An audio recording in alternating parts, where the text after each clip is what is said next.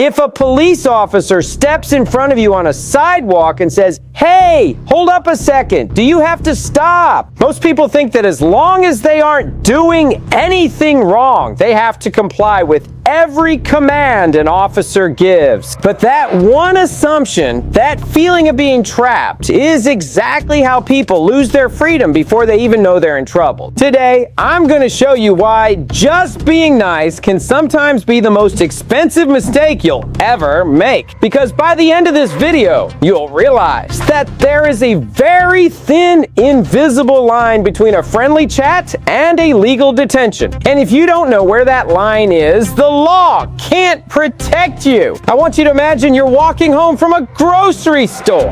You've done nothing wrong, but suddenly a cruiser pulls up, an officer gets out, and he starts asking you questions that feel a little too personal. You feel like you can't leave, but he hasn't told you that you're under arrest. What happens in the next 60 seconds will determine if you go home to your family or spend the night in a processing center. Stick with me because the twist in the case we're about to discuss is something most Americans get wrong every single day. This is a fictional scenario based on real U.S. law and Fourth Amendment precedents. Let's talk about Marcus. Marcus is a 28-year-old nurse living in Philadelphia. It's about 11 p.m. and he's walking a few blocks from the train station to his apartment. He's wearing a hoodie because it's chilly, and he's carrying a backpack with his scrubs and a laptop. Out of nowhere, a patrol car slows down next to him. The officer rolls down the window and says, "Hey man, where are you headed in such a hurry?" Now Marcus is a good guy. He's tired. He's worked a 12-hour shift, and he just wants to get to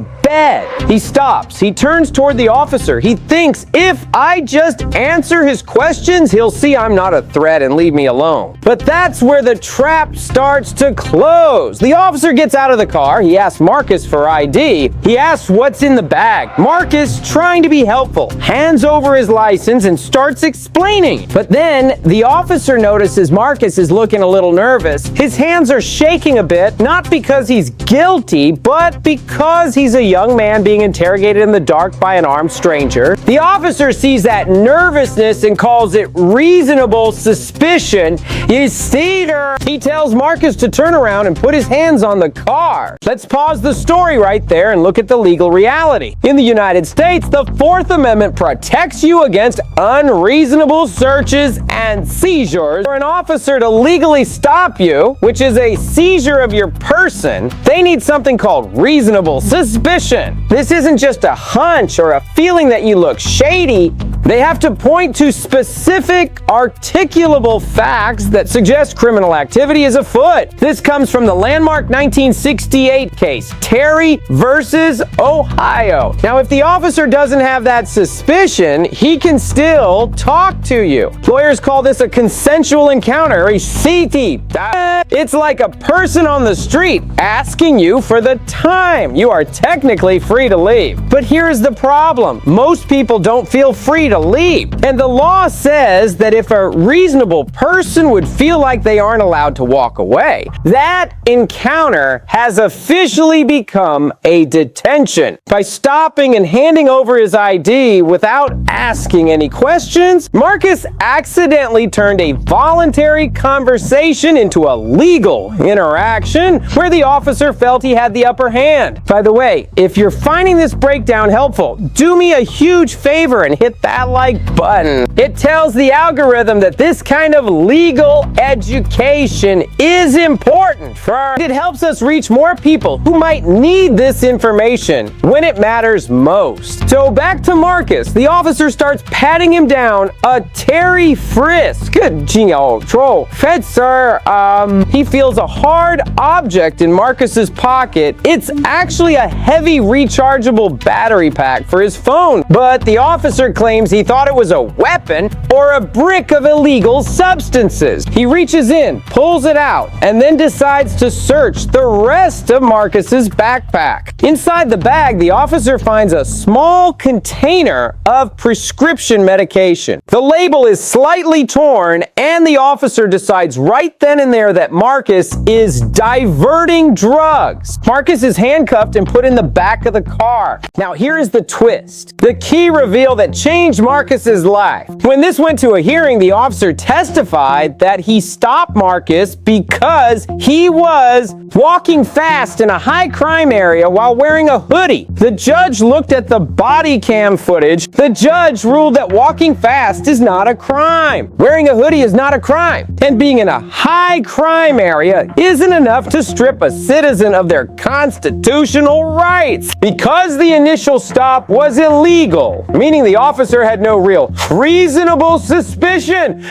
Every single thing that happened after that was tossed out. The search of the bag, illegal. The discovery of the meds, inadmissible. The case was dismissed, case closed. But Marcus still had to spend money on a lawyer. He still had a record of an arrest that he had to explain to his employer. He won the legal battle, but he lost his peace of mind. All because he didn't know how to handle those first 30 seconds. So if you are in this situation, here's what you need to do. It's a simple 3-step process. First, ask, officer, am I free to go? If they say yes, walk away, do not run, just walk. Second, if they say no, or if they keep questioning you, ask, am I being detained? Fear. If they say yes, you have the right to know why. Ask, what is your reasonable suspicion? Third, and most importantly, I am exercising my right to remain silent, and I want a lawyer. Do not try to talk your way out of it. Marcus tried to explain his way to freedom and ended up in handcuffs. You cannot win an argument on the sidewalk. You win the argument in the courtroom. Subscribe to Courtroom Secrets, because what you don't know about the law can absolutely hurt you. We're here to make sure you have the tools to protect your rights before you ever have to step foot in front of a judge. The law is supposed to be a shield for the innocent, but a shield only works if you know how to hold it. Don't let your silence be mistaken for consent, and don't let your politeness be used as a confession. Stay safe, stay smart, and remember, the Constitution doesn't just apply to other people. It applies to you right where you stand. In the next video, I'm going to show you a case where a single word written on a piece of paper during a police interview turned a total stranger into a prime suspect for a crime they didn't commit. You won't believe how easily the truth can be twisted.